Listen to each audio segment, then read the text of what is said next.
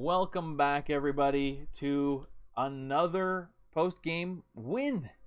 We're back to winning. We lost 2 times in a row, and we said, no, that's enough. And we beat the Mavs on an important night for the Mavs. Utah lost. They could have taken the 4 seed. They did not. Instead, we gained a half a game on the 6 seed and gained a full game. I mean, if you're really looking at it, I guess I didn't even think about this. We gained a full game on Dallas themselves. So huge game for us. Yeah. We said in the last show that we did that this was a must win. Couple things before we get started. If you're new here, like the video, subscribe to the channel. We're going to be doing tons of content come play-in time when we lose both playing games, or if we suddenly win both playing games, we'll be doing a lot of content both for games and after games. Also, ring that bell so that you know when we go live, because I'm always late from games. So you need to know when we're live, and that's the best way to know. But yeah, overreactions. It should be 60 in you here. Yeah, overreactions, underreactions. How are you feeling after the game? I feel like I had a nice clean shave today. Yeah. How about you? How about anyone in that arena over there? So the arena was bumping again, and let me tell you, like, basketball is back as like a real sport in Minnesota again. People are pumped. People are howling as they leave the stadium, leaving out and pouring out to the Target Center streets. First Av's bumping. Traffic's crazy. Wolves back. That is really what it is. But yes, and welcome Timberwolves Daily to the chat. Where's the Discord link? It is in the info of the live show. It should be the most updated link, and it should be a never expiring link. Right underneath Greg Monroe, I miss you. Yes, if you see Greg Monroe, I miss you, scroll down a little bit further, you'll see it. Yep, there we go. Welcome back, AZ. Yes, welcome back. Yes. Congrats on that 1 seed, top seed of the West, or in the league. Might be the whole league. I think it's the whole league, yeah. Because the Heat are the number 1 seed in the East, and they're only like 40 some odd wins. So, yeah. By the way, fuck, the way that Booker closed out that game just was like iced. That was sick. Crazy against us and against the Nuggets. Yeah, back to back. That's crazy. It was almost an identical back to game. back too. Yeah, it's crazy. And thanks for helping us out too, because we needed a Nuggets loss there to kind of recoup from losing to you. Seriously, we appreciate it. And yes, we won. That was what we needed to do, right? We needed to win. There was a Mavs fan, I think, that came and said they'll come back and subscribe today, but if we won, so hopefully they're back. But yes, Timberwolves win big. I don't even know what the final score was, but we won by double digits, like 20 some odd points. 116-95. Nice. Yeah, so 21. We had the wave at Target Center again. D'Lo was starting it. We had somebody getting I don't know how to say his name, Gideon or something. Yeah, you got a haircut. Yeah, I'm glad that you caught that, because that's what I was referencing when I got my. Oh, I didn't even realize that's what you. Yes, they put it up on a big screen. We had it all. Pat Bev flops. Every Timberwolf, I think, got hit in the face tonight. So, all in all, a good night. But yeah, no, just a huge game. I mean, just good night. Everyone got hit in the face. That's a good night. Pretty much. I mean, if we win, I'll take it. We are now only a half game back at Denver. We are still 2.5 games back at Dallas. But we are now 43 and 32. This was your win projection for the season. We still got 6 games to go. So whoops. Let's not lose them all. Hey, I'm okay. Gerald mentions that Gerson Rosas was in the arena tonight. Did you see him? Did you catch him? Did they show him? They did not show him. There was no tribute video.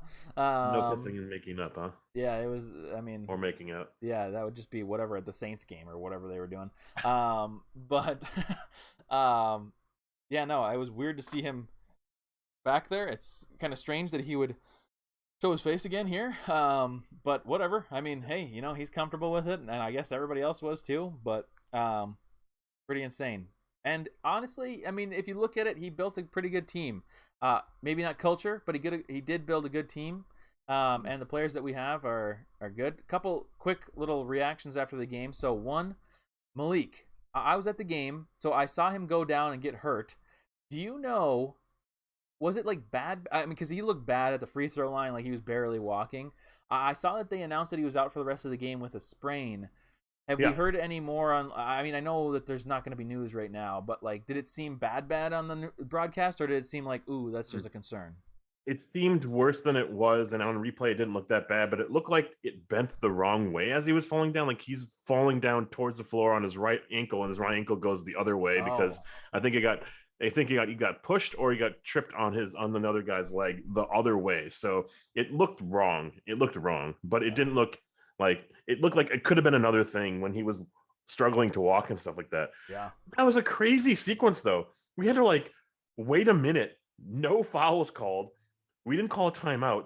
We pushed Beasley onto the other side of the court. Yes. Had him run.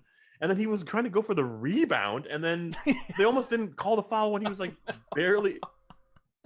It was the dumbest thing I've ever seen because he's freaking hurt, and we're not doing anything about it. I know. The thing I was thinking about live was like, I guess we're not taking a timeout because because the new timeout rule is like you only have like so many in a game, so like you don't want to waste one, but at the same time, like he's barely standing. Like I don't want to make this any worse. Like please, let's take a timeout or.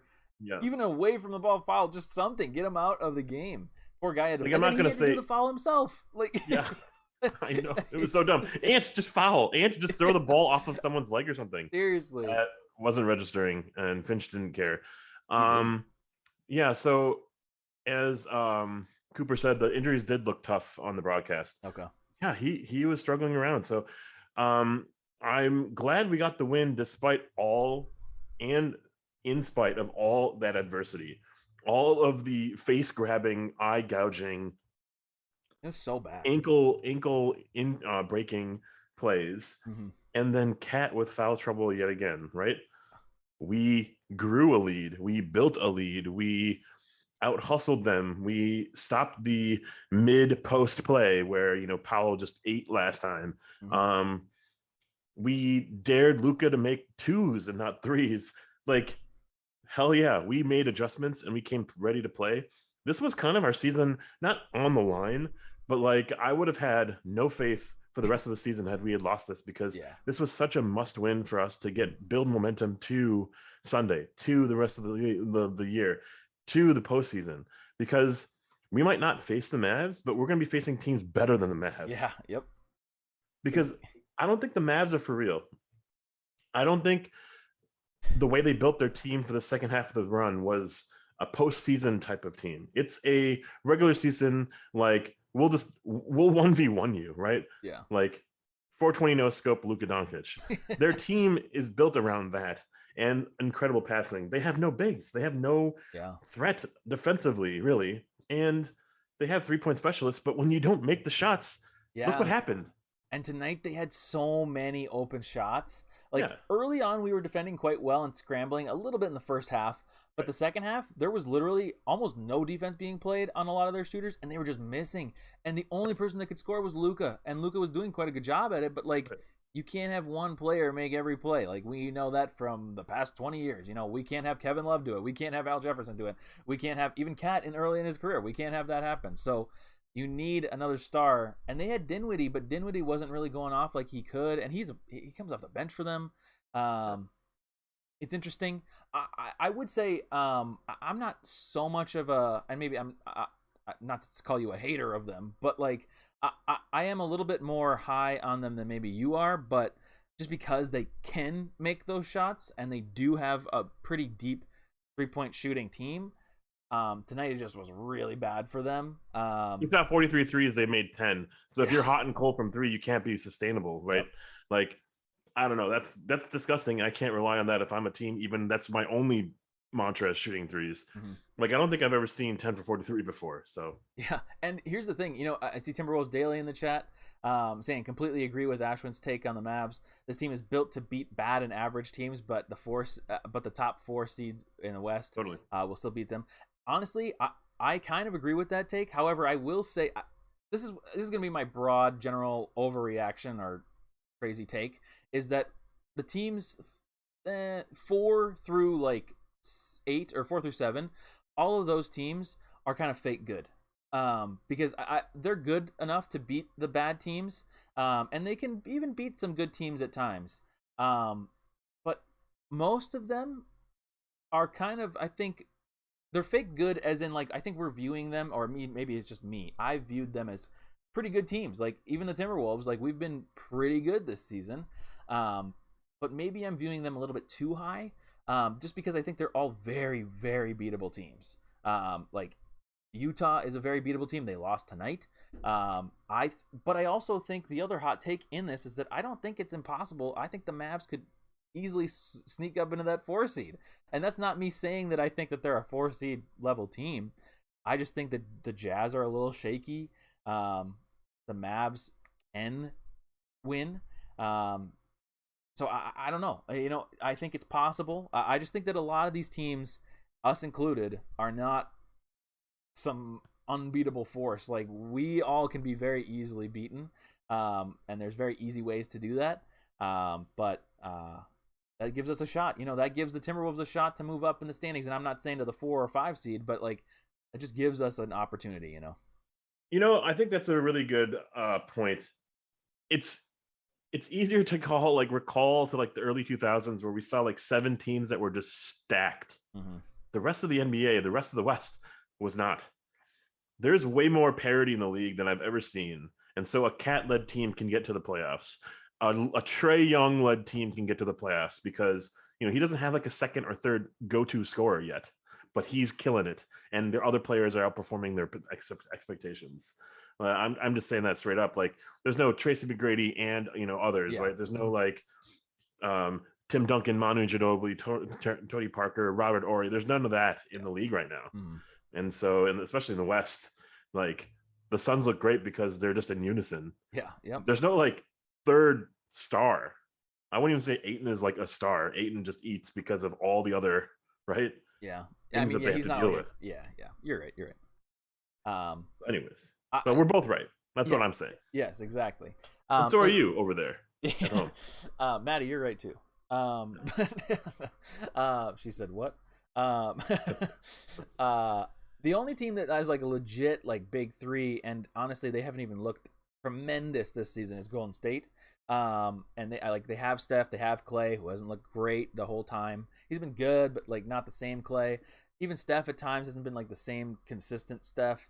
And like Draymond is Draymond. Like they're solid, obviously, and they're not somebody that I really want to mess with too much. But they're certainly not the Warriors of old, where it was like, holy cow, they're gonna win 72 games in a season easily. Like that's not the Warriors team that they have now. Also, they have Wiggins, which is subtraction most nights. Yeah. I also wonder, like, we're not even really talking about the game, but this is the larger picture conversation here in a bit. Like, what does it mean to get to the next level? Do you need to just get the top seed, or do you need to be healthy and ramping up with like, inspired play, and all your guys are buying in at the right time, and the season is building the culture, building the players that might not get as many minutes up now, so when they're ready in postseason play, that they can have those opportunities. Mm-hmm. Get those lucky Kareem rushes, or Troy Troy Daniels like type of play, right? Yeah. You get consistent players that you can rely on. Mm-hmm. I think we're built for another season, not this season. Yeah. We're getting through a lot with just sheer willpower. Beverly is like, holy crap. Yeah. Carrying us spiritually on the court sometimes. Yeah. our leaders aren't really leaders, but Patrick Beverley, Vando with inspired play, that feeds everyone. And it makes me, and I would hope the rest of the team, kind of buying into each other. Like, according to Finch, they took the losses really hard. Hmm. The Dallas and the Phoenix games, those losses carried. And cool. That's great to hear, because meaningful basketball is meaningful, obviously, but to care to win at the end of the day, man, is such a nice thing to hear, because we've been chalking it up, waiting for draft picks, waiting for the next skinny white dude to come and play for us and transform this team. And we have building blocks now, you know. So this team has been together for a while. Finch has implemented systems that we haven't seen in a long time, and teams like Dallas reacts and doubles cat, and now we're learning how to play with when they double cat. Now we're learning how, when D'Lo's on or off, Ant is struggling with the knee or whatever, we have other people step up, and like the veteran leadership of Torian Prince, Beverly, Vando, even as a weird quasi leader, really kind of pushes the narrative of like, we're playing for each other forward, man. It's fun to watch. Yeah, I agree. And with your original take, like being built for another year, I do think that's true. I mean, I think we've been very transparent all season that we're obviously not like these fans that are like Timberwolves might have a chance at the finals. Like we're not saying that. Like we know that that's the unlikely. The only way that happens is if everybody's on 100% of the time, and it's never like that. So, I mean, you can even just look at our big three. When are all three of our big three ever on at the same time? Never. Yeah. So, we're not at that consistency. I mean, the Suns game, weirdly enough, was a great example of like, okay, sure, we can hang with good teams for a while, but once it comes to winning time, can we keep our composure? Not always. Sometimes this season I'm not saying that we haven't had a good win this game or a good win this season, where we had to like fight adversity in a fourth quarter or something like that. We have had that several times, but to win deep into the playoffs, you have to do that all the time, or 90% of the time, and we're not there yet. But as we have said many times, I don't think it's so irrational to think if the Timberwolves get into almost any series, that they're going to give that other team a good run for their money. Maybe not win, maybe they win. It's not impossible, but it's possible. But next season will be interesting. And again, this is kind of a bigger conversation that we will definitely be having this off season, and you'll want to subscribe for that because we'll be having all types of conversations this off season about this. But yeah, like this is a team where if we could cut some of that bench and maybe trade that. My dad actually had kind of a weird point that I don't think he was trying to make a point, but he told me, he's like, do you think that what did he say? He said, do you think Leandro Balmaro will be on the team next year? And at first I kind of laughed at him. I was like, he's on a rookie deal, of course he's going to be here. Yeah. And then I was like, well, he's a project Yeah. deep on our bench that a struggling team that maybe has a more veteran player wouldn't mind taking for us getting that veteran player. I don't have a prime example of that, just like a tanking team that isn't going to win next year. But somebody could be interested in a Balmaro. Not that I'm so anti-Balmaro, but like if we're built for next year or the next season, after that next season, that's an interesting conversation to have. So it's Cool. possible. It's a cool question to be brought up, because yeah, Balmaro, as hype as he felt, hasn't done anything, and honestly, I'm proud to hear Finch kind of reason through it and be like, yeah, J-Mac's ready. J-Mac's born for right now. Yep. And Balmaro is a project, and we don't need to lean into the projects. Mm-hmm. We have had so many projects that we're dealing with, and we've been starting to like essentially rookies, second year players, right? They're skinny, just learning how to like play in the league, and we can't rely on more of that. We need our young players to produce as vets overproduce, and they've been doing that for the most part. When players come and go and hot and cold kind of streaks happen, it's like we looked for the consistency, and we've been for the most part healthy all season long, and figuring out a flow with the rotation with minutes has been a big hurdle for Finch. I feel, and he has to figure it out on the fly. When people are in foul trouble or not, like you gotta figure it out on the fly when people are in and out of COVID.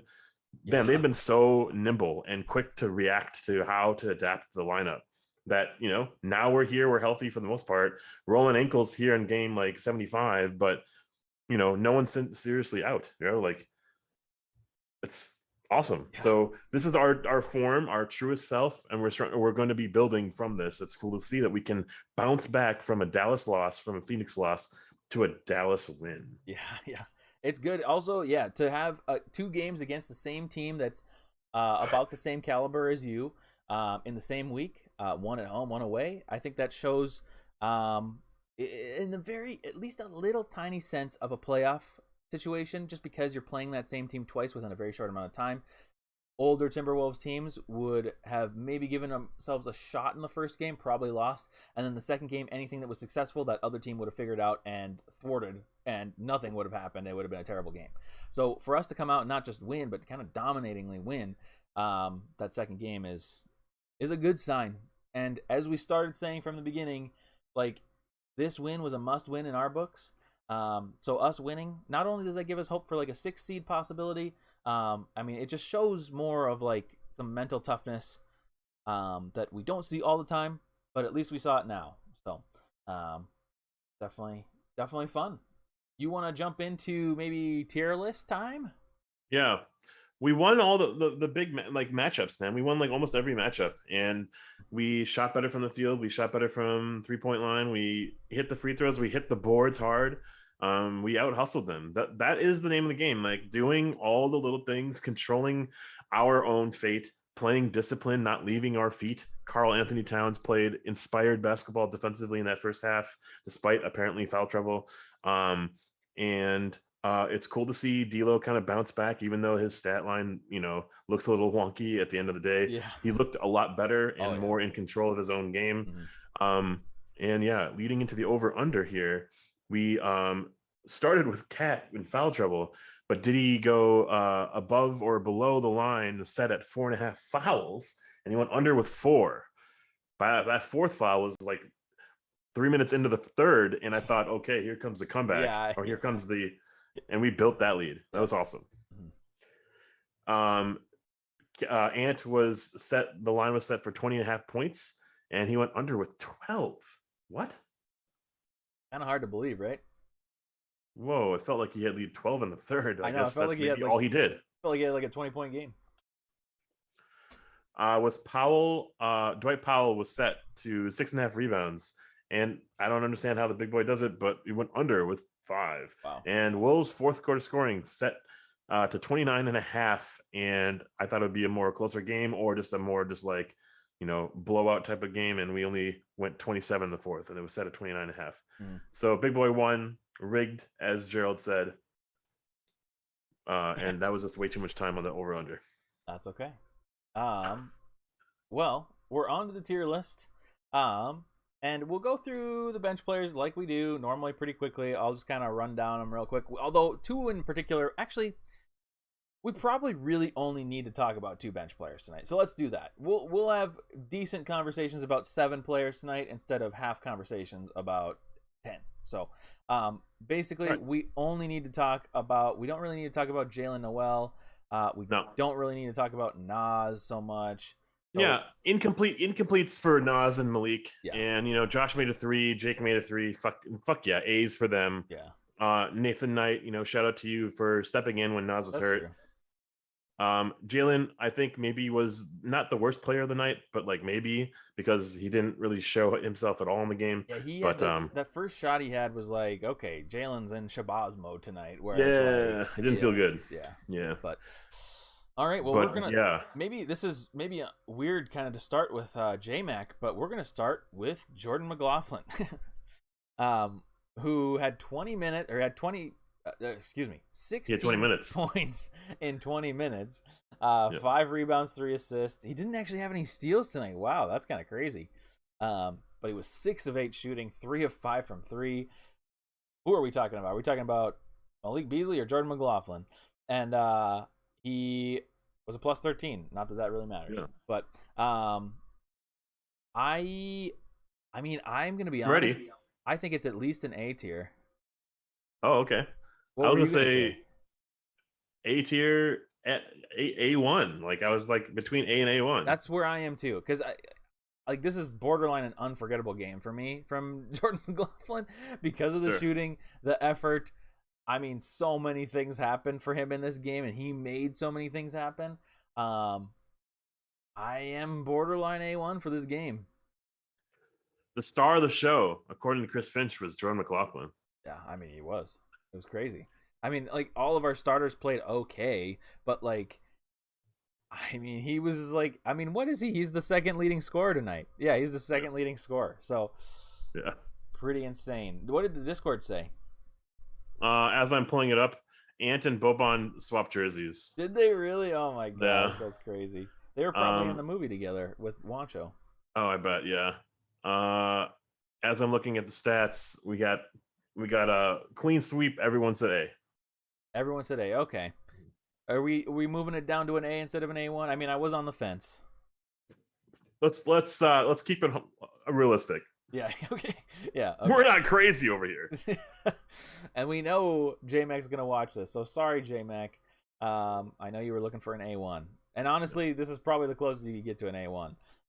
But great game. I mean, not that we expect this out of you ever, but if you can do this, holy cow, yes, please. Um, but anyways, next up, Torian Prince had 14 minutes and 14 points in 21 minutes. I'm bad at this tonight. I can't do it. 5 rebounds, 5 of 7 shooting, and he flicked off Luka Doncic. Did you see that? It cut to commercial, but then there was a little replay. They didn't show that exact part. Oh, it was but on yeah. the big screen at Target Center. It was great. I don't even know what really happened. I saw him defend him on that 3 before. I think it was at the end of the first half. And I'm sure Luka just took exception to being defended well. So, yeah, that was kind of crazy though. But Torian Prince, I'm telling you, with Torian lately, I just feel so confident with anything he's doing, other than when he drives to the basket. That scares me. But his 3-point shot, his defending, passes at times, it just feels really crisp and good to me. He feels like the vet that we need, and I just love it. Not saying this should be our reality here, but Torian Prince could be starting for us, and Ant could be coming off the bench. If like D'Lo was more of an automatic scorer, like an automatic 25 points kind of thing, TP should be starting, right? Because his defense and his on the spot, like on a dime, can make a shot, right? It's so cool. And he knows his things. He knows what he needs to do, and he doesn't do anything out of his comfort zone. And that's always when, like, the type of players I love, the Taj Gibsons and of the world, the Gary Trents of the world, those hustlers that do it all, but don't do anything outside of their realm of possibility, because they don't want to get, I don't know, they don't want to get burned, they don't want to get fucked up, and they don't want to look embarrassed or anything. They don't want to screw it up for the team, because their minutes are earned here. And so and not given. And so I love TP at every step of the way. And Dave Benz was like, TP with the flush with that jam. That was pretty interesting. 3-ply with the flush. 3-ply. I'm just thinking of a bunch of stupid puns now. But A tier for the Discord as well. A tier for Discord. Okay, yeah. I mean, I'll go up for an A. I was gonna give him a B just because I was gonna give him an A. Just because the only reason I'm so not down, but like obviously I was praising him, but this is like relatively close to what I'd expect for Torian. Maybe a little bit better, just because a little bit more scoring. But yeah, hey, I'm all for giving him an A. So, I like it. Next 3-ply is an awesome name. That's 3-ply right. is good. Yeah. Yeah, you say you feel comfortable and all that stuff. The second quarter, man, it's like brought to you by Torian Prince. Seriously, yeah. And then the third and fourth quarter brought to you by J Mac. Yeah, totally. Kind of crazy, but they were kind of the stars of the show tonight. Like, we started with the stars. Like, the rest is downhill from here. Yeah, if you look at the starters, like, there's lots of scoring in the starters, but it's pretty evenly distributed. Like, decent amount of just like the stat lines look okay. They kind of look like maybe if you looked at each individual person's stat line, you'd be a little underwhelmed. But considering everybody had that stat line, it's kind of like, oh, okay, this is kind of okay. And considering looking at the final score, it's okay. So. Yeah, Jared Vanderbilt, 22 points, 4 for 5 from the field. There we go. 4 or 6 from free throw, 6 boards, 1 steal, 2 fouls, 12 points. Are you ready? Are you ready for a grade for Jared I Vanderbilt? am ready for a grade.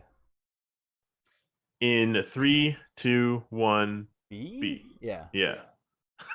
God, we do this every time. It is a Uh, B. The reason I give a B is, obviously production wise, points wise, rebounds wise is pretty close to what we expect. He still every game has rebounds that save us, saving loose balls. And actually, he's missed out on a couple rebounds tonight. I know because I picked the over on his rebounds, because he was getting fouled in the act of rebounding. But he has to be fouled for some of these rebounds because he gets up there and nobody else can stop him. So they have to foul him. And unfortunately, he was one of the victims of getting hit in the face tonight. Which, side note, I know we talked about this a little bit, but I still cannot believe that nothing tonight was reviewed for a flagrant. Even if they weren't upgraded to flagrants, we had 3+ players laying on the ground for minutes tonight, and the referees came over and said, "Hey, can you get up here soon, before we have to delay a game on you for the 7,000th time this season." But no, this is a good Vanderbilt game. Obviously, nothing too wild, but just a solid Vanderbilt game. just playing with half an eye for several minutes out there, Yeah. and making his free throws. Yes. Yep. Yeah, there was a couple plays where I was like, okay, Vando isn't really present. Didn't really show much initially in the game, and then he basically said no to anyone getting a board. Like he was pushing the person who would get the board out, so then Cat would get the board, or others with D'Lo would get the board, and he got a couple offensive rebounds. That was great. A couple putbacks, or at least that dunk that was awesome. Yeah. And the hustle that I felt like I saw him on the secondary help on Doncic. Yeah, man. When those dudes are not making shots, you can kind of leave them open, right? And press on the other player, and it's really cool to see. And we had some room to wiggle and kind of experiment a bit, and it was nice to see Vando kind of play within himself and kind of back to form. Yeah, and I feel like on Monday against the Mavs, I feel like he didn't have a good game, if I'm remembering correctly. Yeah. He was exposed in a lot of ways because Cat was on whoever the fuck it was, not on Powell. Yeah, that's right. That's right. Weird. It felt weird, yeah. But all right, well, he's beach here tonight. Congrats, Vando. I don't know why I said congrats. Whatever. But next up, who's up? Yeah, Beverly, 25 minutes, 3 for 6 from the field, a three free throws, a couple assists, a rebound, a turnover, a steal, a block. Just the Andre Kirilenko stat line: 10 points, a +6 on the court. It felt like +50. Yeah. Are you ready for a grade? I think so. Yeah. Yeah. Despite his box score in 3, 2, 1. A. Yeah, there it is. It's just too good. I mean, he's he's like an A every night, really. He's just too. He affects the game in so many ways. Not only defensively, everybody thinks of him as this pest on defense. It's more like he motivates our players. He's getting the crowd involved. I mean, he's unfortunately / fortunately selling a lot of calls for us. And it's just great to see. And I think he's working the refs a lot more than people give him credit. He is talking to the refs constantly throughout the game. And it's not complaining to the refs. He's going up to them after he gets called for a foul or after somebody else gets called. He's trying to get clarification. He's being very respectful so that they don't think it's this, trying to get under their skin or anything like that. But I think he's affecting the game in more than just the ways that we see where he's taking a foul from Norman Powell under the basket, getting the crowd involved. It's more than him making threes, more than him just being pesky on defense. There's just so many elements to his game on and off the court that make it an A every night. Yeah. And another thing that goes unnoticed because it doesn't really get recorded in a stat is that he builds the foul count on Dallas. Yeah. So then we can get into the penalty earlier, and then they ease up on defense a bit. And they kind of don't know how to exactly guard Beverly when, Beverly is our secondary facilitator, and oftentimes D'Lo gets checked out early for McLaughlin or someone else, Beasley or something. And Beverly's there just orchestrating our offense, and oftentimes it's a pass to a pass, it's a hockey assist type of thing.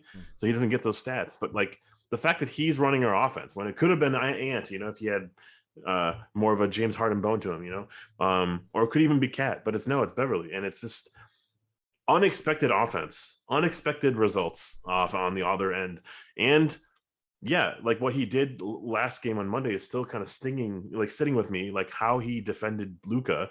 It wasn't if it weren't for Bullock and Dorian Finney-Smith making those threes, Yeah. like we could have won that game despite what we were dealing with. Yeah. Um, he does it all, and I don't even know how this team can move on without him. Like what in 2 or 3 years, Yeah. I kind of want him still on our team. Exactly. I know. It's scary. It's like, oh man, he only got a 1 year deal. We're Yeah. screwed. Like like he's just too big of a part of our team. And like sure, from the outside you might look and be like, well, he's only averaging 9 points a game or whatever he is, and like two rebounds, 2 assists, and a steal or something like that. It's just not like that. It's just so much deeper than that. Like we were just both saying. It's insane. He's A tier nearly every night, and man, we just gotta hope that he stays healthy for the rest of the season, because if he's not, man, that's a struggle. Yeah. Big struggle. But before we get on to the top three players, well, maybe not top three, the last three players of the night, we're at 6 likes on the stream. Can we get to 10? I see 11 of us in here. Let's see if we can do it. Let's get up to 10 likes before the end. But Make me make another YouTube account. yeah, let's all go make another. No, I'm just kidding. But but anyways, top three. You got the stats up? I do. Let's start with D'Lo. 30 minutes, 6 for 16 from the field, a three, 2 for 3 from the free throw line, 5 rebounds, 8 assists, a turnover, 2 fouls, plus 12, 15 points. I probably should have led with that. 15, 8, and 5. I have 2 grades for him tonight, but I'll say you have two grades? I'll give the realistic one first, and then I'll give the secondary grade. All right, sure. I'm ready in 3, 2, 1. C. C. Yeah. So that's the realistic grade. He was a C tonight. This is what we expect out of D'Lo every night. But Yeah. I want to give him a little asterisk, little extra bonus, extra credit of Yeah. a B tonight. Only because I'm not going to give him a B tonight. We're going to give him a C. But just because it truly, we have not seen D'Lo be at all good recently, I feel like. And as I've mentioned several times, like obviously he's a part of our offense even when he's not scoring. Even when he scored 6 points the other night, it's not like he was a non-factor. But like he was taking away from the team. Tonight, he was making shots early in the game, making great passes, even playing some pretty good defense on Luka at times. It was like, I'm not saying he's like a great defender, but like he was staying in front of him enough to have the help come over and at least put some pressure on shots. Because they just kept trying to switch onto him, and they actually stopped doing that in the second half of the game. Yeah, no, it was a back to normal D'Lo game. Please God, let this continue. Yeah. I will say the start of the game, he went 0 for 3 from 3, and he didn't settle on his next attempt at a shot. He drove to the rim. He drove to the rim a little unorthodox, and well, it missed. And that's okay because he did it again and he got in. And then he did it again, and it was like this insane play. Mm-hmm. It was insane, like how the hell did he get that up? And that really is a boon to our offense when it's so reliant on Cat to get going. And Cat got going early, and it was awesome to see. Yeah. But then they double, and we have to have someone else. Ant took one shot the first quarter, maybe in the first half. I didn't see anything out of Ant. Yeah. And if like Ant, D'Lo, and Cat are the bulk of our offense, it's got to carry us. Yeah. Like we can't rely on the bench this much into the season when we're basically showing our cards in the first few minutes, like who's going to carry us on a night out basis. Exactly. I could not believe it. After the first half, we were up 61-50, and I was like, Ant has barely done anything. Right. Cat has done a little bit, and D'Lo has done like a little bit, but not like, I mean, certainly not to the point where I'm like, wow, we're comfortably leading. Like, that's not what it felt like. And I mean, that's just a testament to the other guys, like stepping up and making the difference. But yeah, he is a C tonight. This is what we expect, or close to what we expect out of D'Lo. Maybe a few more points, maybe a few more assists. I mean, this is for fine tonight, but I'm not gonna rag on him too much. So good to see D'Lo remember basketball at least slightly. Yeah, we miss offensive D'Lo. We miss that like clutch gene in him, and we want it back. We want him to like. I love the fact that he did the rip through. It's been a while since he's done the rip through, Mhm. and it really makes the defense question where they're supposed to be on the court, right? Like it really makes me laugh when Dinwiddie just like was like, of course, because he's doing things too. He's doing tricks and random stuff too. So Yep. you know, it's nice to have that in our back pocket. Beverly and D'Lo, the craftiness needs to be exploited whenever possible because we don't have anyone else that really does it. Um, yeah, D'Lo had 11 at halftime, Mhm. so like it was so nice to see that. Yeah. Yep. Love it. Saw some threes go in and I got excited. So maybe that was the second half. But um anyways, on to Ant and Cat. Who do you want to do first? Yeah, let's do Ant here. 32 minutes, 6 for 14 from the field, 12 points, 4 assists, 6 rebounds, a steal, plus 24, team high plus 24. Didn't make a three though. Didn't get to the line much. Are you ready for a grade? This is a hard one. I guess I'm ready for a grade. Yeah. Yeah. Yeah. In three, two, one, C. C. Ooh. So I mean, I guess maybe I have high expectations, which is why I don't want to give him that C. I expect him. It's weird because like this game, like we said originally when we looked at his stat line, we're like, what? He only had 12 points. I felt like he had 12 points in the third quarter, Yeah. but it's like he probably did have most of his points in the third quarter because the first half, you're right, was just a dud because he got 2 fouls early, even though one of them was BS, total BS. But you know, and obviously he has defensive contributions. I'm not just only looking at his points. But like, maybe I could come up to a C. It's just weird to say that this is like an average night because it's not. And realistically, we don't have an average or expected from Anthony Edwards anymore because some nights he scores 5 points, some nights he scores 30, and some nights he scores 12. So it's like impossible to know. And he did have a good impact on the game. I felt like he had a few good passes and assists. He was getting a few rebounds too. Um, and defensively he was good. I mean, he was getting switched off of Luka quite a bit, so it wasn't like we got to see Luka versus Ant. But um, I don't know. This is a weird one. I guess Weird one. maybe C, but I'm like in between. I'm definitely not saying for sure it's a D. I'm like torn. We're saying the same thing. We're on the same page. It's a D or a C. It's somewhere in between, and we don't have a tier list bracket for the 87.7% or something, whatever it is, right? 67 point or whatever. If it weren't for the third quarter burst, he's potentially Wancho. Yeah. Cat went out with 2.5 minutes in the third, and I didn't know where the scoring was going to come from because I didn't see an Ant in the first half. I think he rolled an ankle. I think he was in a little bit of pain, something, and he went hard. He had a mid range. He had a couple drives to the rim. He had a reverse, 8 points in the third. Pretty cool because we didn't really had anyone else step up. So for that reason alone, it's like a D plus C minus. Yeah. And defensively, he got a lot of those easy rebounds. I wouldn't say those like those contested ones, but his assignment was kind of all over the place on Bullock, on Finney Smith, Yeah. on Brunson, on Luka, on Spencer. Like he had to guard a lot of players, and I think he did an all right job. And I Yeah. think that's kind of been his calling card, while Cat and D'Lo are kind of figuring things out. Mm. He's 20, and that's the biggest thing that we have to kind of remind ourselves. He's 20. He's special in some regards, and he's undiscovered in a lot of parts. And Yeah. I need another offseason. I need another year or even two Yep. to really see who this guy is going to be. And we're spoiled with the Ja Morants. We're spoiled with the Trae Youngs and Luka Doncic's, which is basically just taking over the league on day one. Ant was a younger rookie. Ant looked like a prototypical me first scorer always. What does he do with the ball in his hands? He takes over, right? He just chucks. Yeah.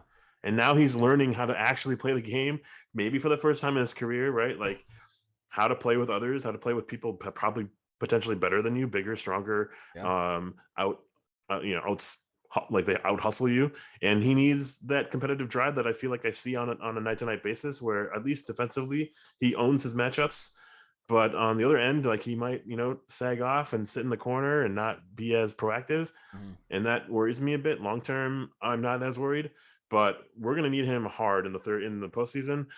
We can be easily scouted, and until it's proven, just double cat, right? Like we have Yeah. beaten the Mavs, but we haven't beaten any like serious teams here with like that strategy yet. So, Yeah. um, I think, to your point, I think it's possible to both be concerned about certain things in Ant's game, but also be patient because like exactly like you said, like it might be a year or even maybe two. I know we don't want to hear that, but like it could be 2 years until we see Ant even kind of close to what he could be. Um, I'm not saying that that means that we give him a pass on every bad thing because I think there are things that are concerning about his game. Like there's just decision making when he drives, when he doesn't. I mean, other than tonight, his layups have been really bad, and tonight he was able to make some crazy layups too. But that's not a nightly occurrence anymore. Defensively, he's strong, and I think that's going to be huge for him going forward. Is having that defense because even if he doesn't have the offense, as long as he has as long as he's like an A1 defender every night, I mean that's going to give us a shot to win games. So I like that. I'm willing to be patient with Ant, as we've said many times. But I certainly would have wished that the beginning of the season Ant that we saw that was so exciting would have stayed the whole year because man, that would have been so fun. But long season. I'll give him all the benefit of the doubt until I can't anymore. I'll say that much. Like and the way that we gave Wiggins all that benefit. for We many years. I was a 4 more year for Wiggins, man. Yeah. Like the last, it felt like I was the only one on Wiggins Island for a while. Yep. So Yeah. And speaking of cutting some slack, I'm putting him in C tonight. So yeah, we'll put him in C. I do think it is somewhere in upper D, lower C range, but we'll give him a C. We won tonight, so whatever. bouncing back from a 15-point 5 foul experience, flagrant one Yeah. to the ear shoulder. Cat, Jay Crowder is smaller than you apparently. In 30 minutes, he went 7 for 10, 2 for 4 from 3, 4 free throws, 9 rebounds, 1 assist, 1 turnover, 1 steal, 4 fouls. Barely played in the fourth, barely played in the second, or in the second half altogether. 20 points though total. Mm-hmm. Do you have a grade for me? Yeah, I think I do. In 3, 2, 1, C. C. Do you say D? I said C is in other Yeah. cat. I mean, it's almost not a C because I almost want more from him, Yeah. And he still had foul trouble tonight. Like he still Yeah. did. And it's frustrating. Funny enough, I saw on Twitter during the game. It's really hard for me to like see Twitter and see Discord when I'm at the game because the internet just sucks there.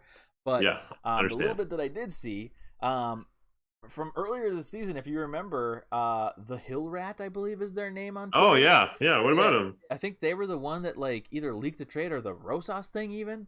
Right. They were He did leak the being Rosas thing. yeah, they were being cat truthers on Twitter. And they were saying like, hey, Cat's got to stop acting like this isn't like he's not fouling. Like this is your time to like shine, basically. Things that we have been preaching all year. There is an immaturity issue. There is a mental toughness issue. Like it has been happening all year. It is concerning, and it showed a little bit tonight. He still had fouls. Sure, I if I had to give it to him tonight, I'd say a couple of fouls were BS again. But he's still putting himself in these positions to be called for fouls. And I'm not saying that you just have no defense, but like I don't know. It's just he needs to be better. And tonight, sure, he did what was needed. He hit some big shots. He drove, he dunked. He did the stuff. He's still doing behind the back passes, which like I don't think is for purpose. I think it is for show. And sure, obviously it's fun to put on a show for your home fans, have everybody ooh whatever. Yeah. But like we're trying to win desperately right now. Yeah. We don't need to be doing that. And I get it. Yeah. You see the other teams, even like the Lakers are doing fun stuff when they're 12 games below 500. But like the Lakers are the Lakers for a reason, and we need to be mentally just like disciplined when it comes to these things. So all in all, I mean, I'm going in on Cat right now, but like it's a C, maybe even a low C for him, just because I probably do expect a little bit more out of him in a game like this. But he came to play at least somewhat. 15 points at half, 2 fouls. In a matter of 2 minutes in the third quarter, he got 2 fouls and he sat his ass down. Mm-hmm. He ended up with 20 points. That means he came back and he hit a 3, and I don't know what else. He probably got to the line a bit. Yeah, he hit a 3 and he got to the line. Like, all right, cool. We lose this game if other people aren't making shots and we rely on Cat as we try to do, and he's in foul trouble.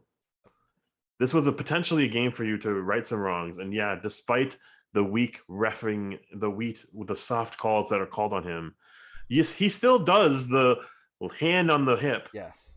He still does the I'm pushing my whole body into you, and his arms aren't fully vertical. Yeah. And he does jump and, hit arm on shots. Those fouls are fouls, but maybe they shouldn't be, because it's like, like, will they be fouls in the playoffs? I really freaking hope not. I hope not. God. It's just discipline. It's just in between the ears, man. That's his calling card, is when he's on, he's on. When he gets 60 points, it's because he's that player. He is the most talented, most skilled, most gifted player on the court, outside of few others in the league. I worry about his athleticism moving forward. The way that he falls down, the way that he drives to the rim, is it going to persist in the next contract and beyond? But he's going to be a reliable 3-point shooter until he's 50. He could probably pull up Tom Brady and just sit there and play, shoot threes until he's 50. Yeah. But the other parts of his game are reckless, and when it's on, and it's unbelievable, and he's the best player in the NBA. Those moments, they're just like, holy shit, how did you do that? One of my favorite plays tonight was when Cat had the ball and he did this fake pass, spin move dunk, and I was like, Cat, that was in a second and a half. You can do so much in a second and a half, but he always overthinks everything. Yeah. Yep. And then he's talking to himself like a fucking, I don't know. He's talking to so many other people on the court, off the court, to himself. Yeah. He's in his own head, and he's slow. He's a step slow sometimes. Yeah. It's frustrating. Tonight, against a better team, against a team that was shooting the lights out, we lose by 20. Mm-hmm. Had it been the same result of Cat getting to the foul trouble and hitting the bench early in the third, that is not what I want out of my all-star. Yeah. Out of my potentially all-NBA player. Yep. It's not all-NBA if you play 3 minutes in the third, but get the fuck out of here. Yeah, no. It's crazy because up until the last couple games, when we've started to play good teams, I really started to believe maybe Towns is all-NBA, third team, maybe he is. And funny enough, I think the national media is convinced now. I saw Stephen A go out today and apologize to Cat, and then also say something about him being oh yeah, he's showing up. He just didn't show up the other game. Literally 2 days ago, he didn't show up. Yeah. Miami blew up. That's all that happened. Yeah, and they lost tonight too. Whoa, Miami! God. I love it. Yeah, no, it's just. It's frustrating, and maybe he'll show up in these last 6 games or however many it is and convince me otherwise, and please do. But I just I'm not saying he's going to be non-existent. It's just that he's going to have these errors that we're talking about. He's going to have fouls. He's going to have voltage. And even though he doesn't know what voltage is, he's going to have He doesn't even know what it is.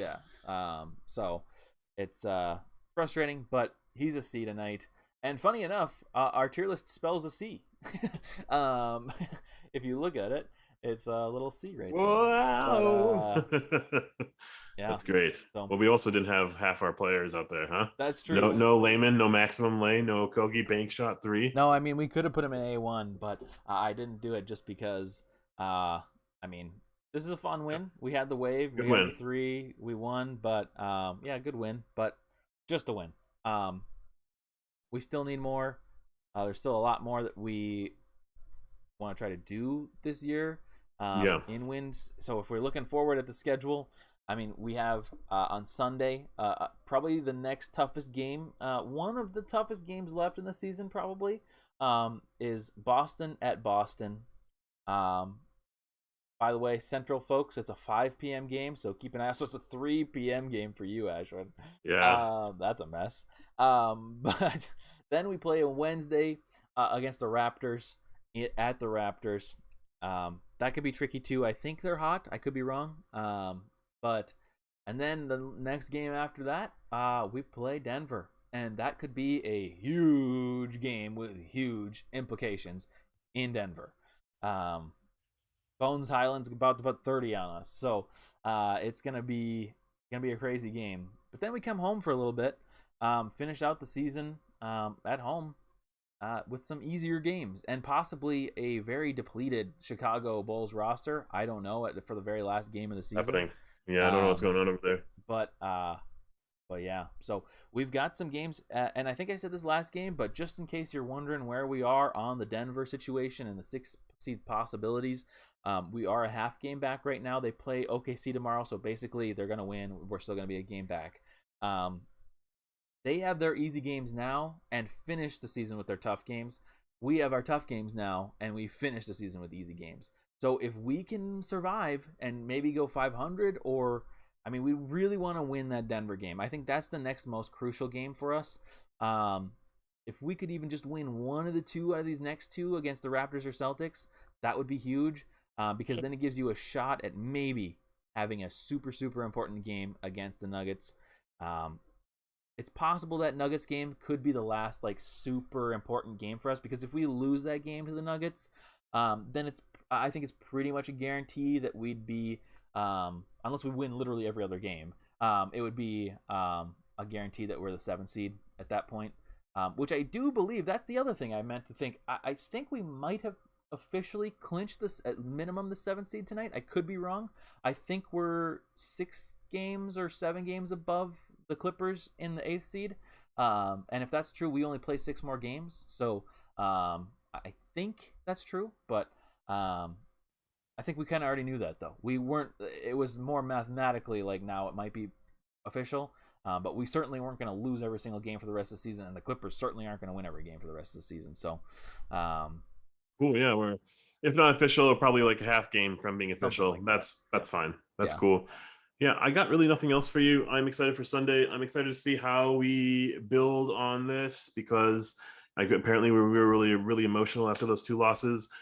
Uh, it was just a game, but this game means like so much more right now than it does, and it's really awesome to play meaningful basketball in March and April. I don't know, man. It's been a while since I felt this way. I'm happy. I remember the entire season when we had Jimmy Butler and we were, scratching for every win. Holy fuck, that was the most stressful season I've ever had.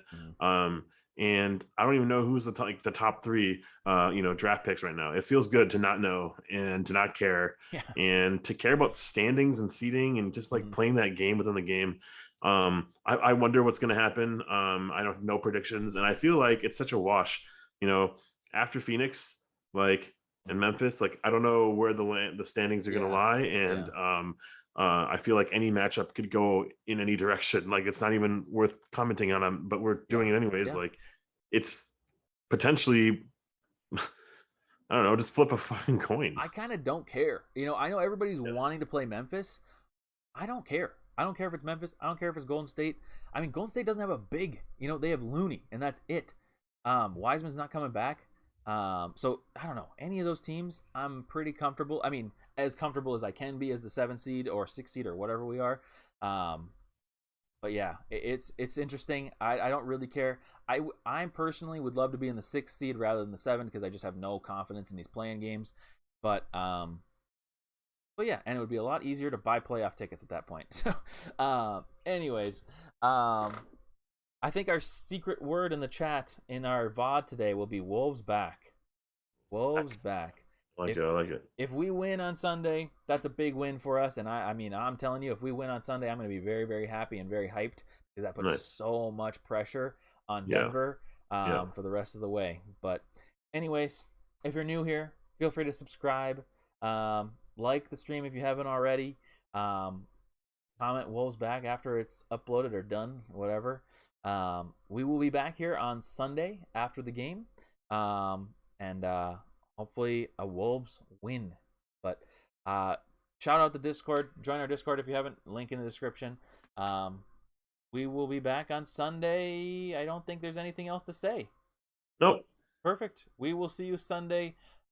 Enjoy the weekend, and hopefully we'll watch Denver lose to the Thunder tomorrow. That would be even better. Then we're 6th seed again. Anyways, see you Sunday night.